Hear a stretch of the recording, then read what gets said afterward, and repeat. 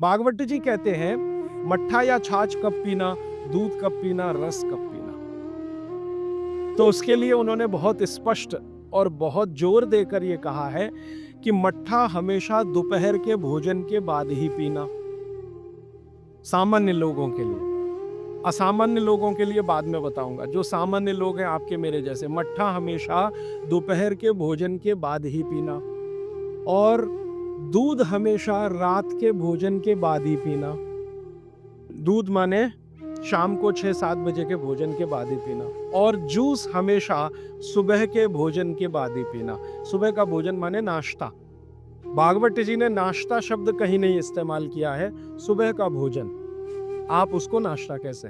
तो सुबह के भोजन के बाद जूस, दोपहर के भोजन के बाद मट्ठा, और रात के भोजन के बाद दूध। और वो ये कहते हैं आगे के सूत्र में कि इनका क्रम उल्टा सीधा मत करना कभी।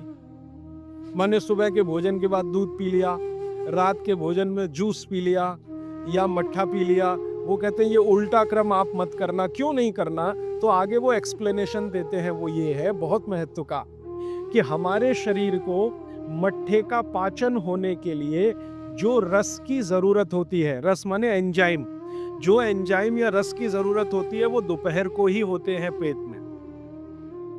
इसी तरह हमारे शरीर में दूध का पाचन होने के लिए जो रस की जरूरत पड़ती है या एंजाइम की जरूरत पड़ती है वो सूर्यास्त के बाद ही होते हैं, या सूर्यास्त के समय ही उनकी उत्पत्ति शुरू होती है।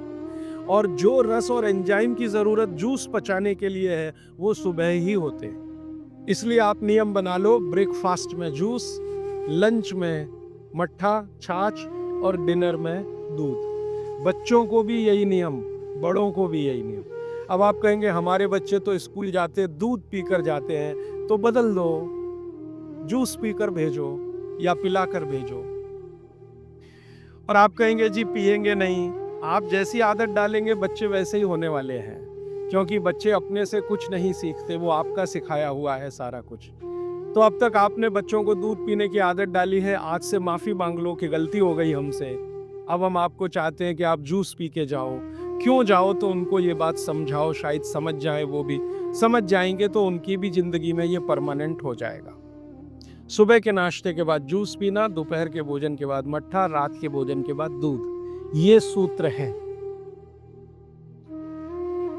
सबसे पहले तो चैनल सब्सक्राइब करें, वीडियो को लाइक करें और शेयर करें। धन्यवाद।